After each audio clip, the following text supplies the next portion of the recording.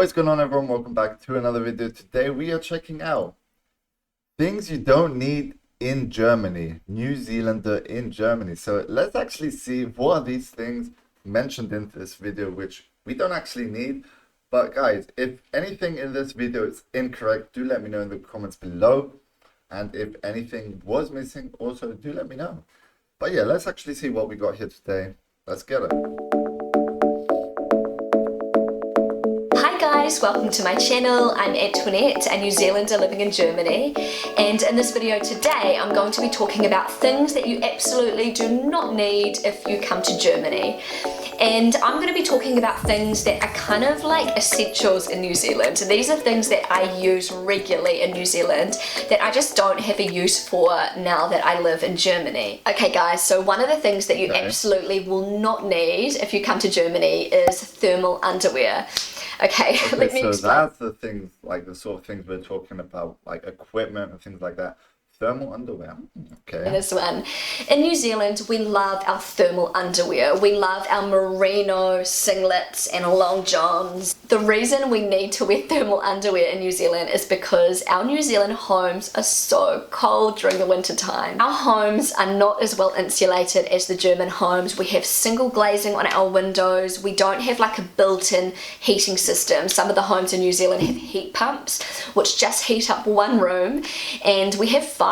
We heat our homes with fires, but also they only heat up one room, and sometimes we have like little separate heaters, but they just don't do the trick.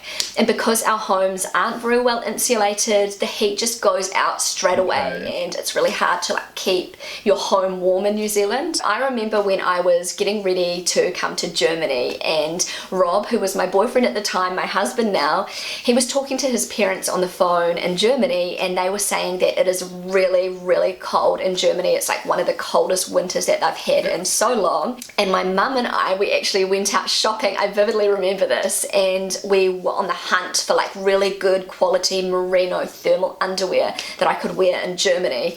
And everyone was telling me this, that I need to like take my merinos.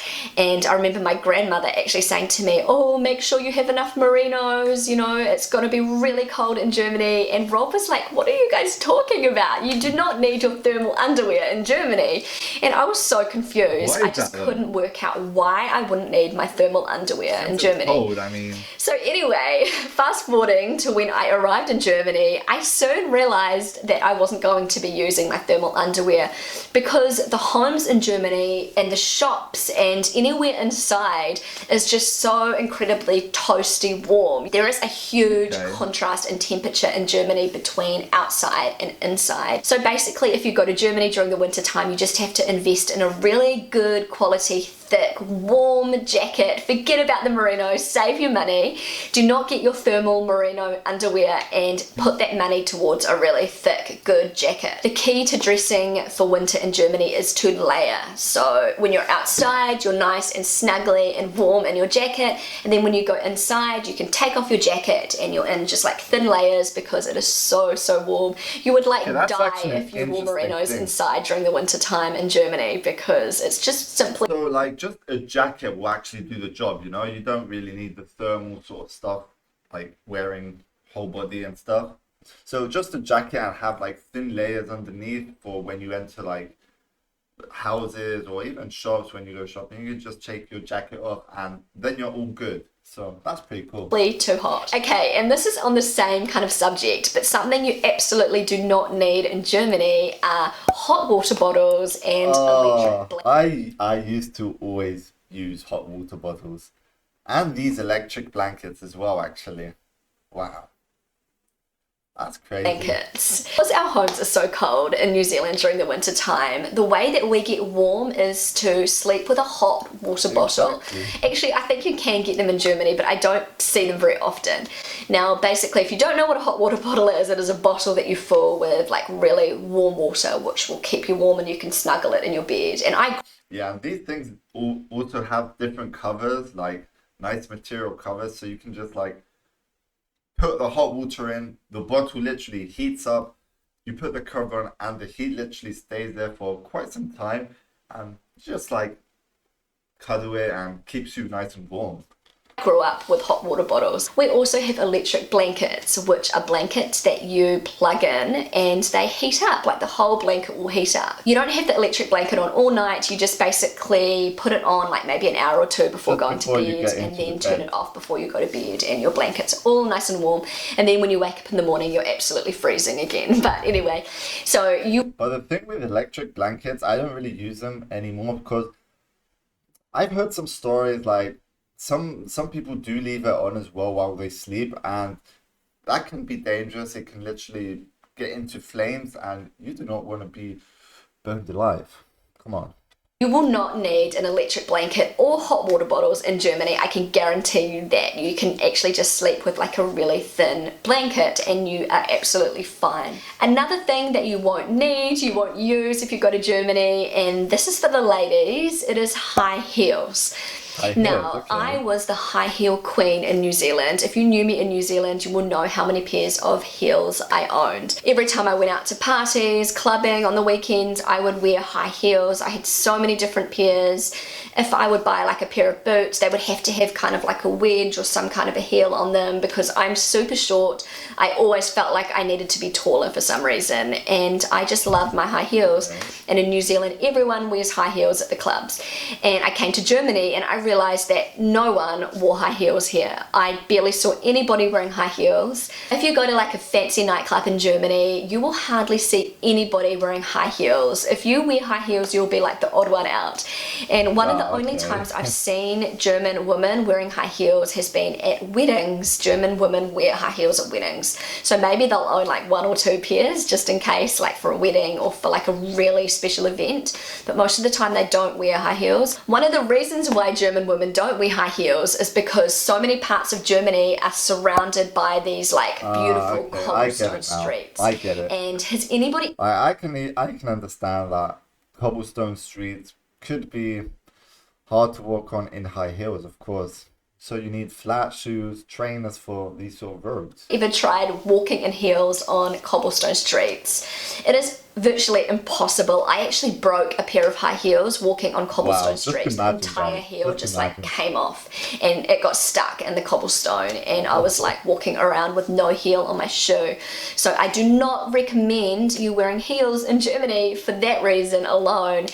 And I actually think, I don't know, if you're German and you're watching this, do you think that is the reason why Germans don't wear heels so much? Is it because of the cobblestone streets, or is it because you just don't really like heels very much? So, let me know what you Germans out there, like, why don't the ladies wear high heels? If you actually know the answer, comment it down below then. I'm really interested to know that. I just feel like the German style in general is a lot more casual, and especially when you're going out like clubbing, Germans want to be comfortable, and I don't know, they just feel more comfortable in flat shoes. Okay, so another thing that you absolutely will not need in Germany, and this is for the ladies again, and for the guys if you're into that kind of thing, you will not need to waste your money on buying really expensive makeup products, because in Germany the less is more look is considered much more attractive than like the caked on makeup look. I'm not saying that German women don't wear makeup. Yes, they do. A lot of German women wear makeup, but they just don't go as crazy with their makeup. They're just a lot more minimal with their makeup.